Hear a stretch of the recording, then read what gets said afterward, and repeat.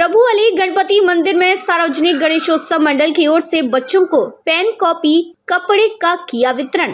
भिवंडी प्रभु अली गणपति मंदिर में सार्वजनिक गणेश महोत्सव मंडल की ओर से स्कूल के गरीब जरूरतमंद छात्रों को कलम वितरित की गई और मंडल की ओर से गणेश प्रतिमा को उपहार स्वरूप छोटी लड़कियों के लिए फ्रॉक सिलवाई गई। दान पेटी से गणेश जी की मूर्ति पर जो कपड़े या पैसे चढ़ावा में आते हैं, उनका उपयोग गरीब और जरूरतमंद छात्रों को उपहार देने में किया जाता था। मंडल हर वर्ष की तरह इस वर्ष भी उपहार दे रही है।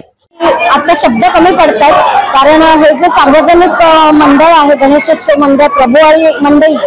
भिवंडी यांनी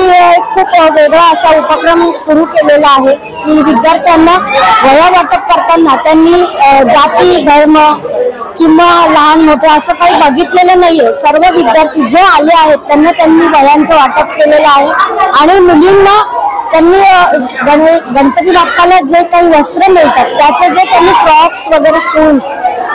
दिलेले आहेत ते कौतुकास्पद आहे। मला ते खरं तर खूप आवडलं की त्याच्यातून त्यांना कोणातरी कल्पना सुचली की या वस्त्राचा आपण सदुपयोग करूया आणि मुलींना गरीब किंवा गरजू विद्यार्थ्यांना मुलींना ते फ्रॉक वापरता यावेत, हा त्याचा मागचा चांगला उद्देश आहे। मंडळ सार्वजनिक गणेशोत्सव मंडळ भिवंडी प्रभु अली आता आपल्या मंडळाची जी स्थापना झाली ती 1963 साली झाली आणि हे आमच्या मंडळाचे आता 62वे वर्ष आहे। तसं आम्ही दरवर्षी आम्ही थाटामाटात गणेशोत्सव साजरा करतो आणि यंदा आम्ही दिवाळीचा जे देखावा आहे ते सादर केलेला आहे आणि दरवर्षी आम्ही इको फ्रेंडली गणपती म्हणजे जितका आम्हाला जमेल तितका आम्ही इको फ्रेंडली करण्याचा प्रयत्न करतो आणि मागील काही वर्षापासून आम्ही वह्या पुस्तकांचं वाटप करतो आणि गणपती आपलं जे मूर्ती आहे ही दरवर्षी जे गणपती मूर्तीला आपलं जे कपडे अर्पण केले जातात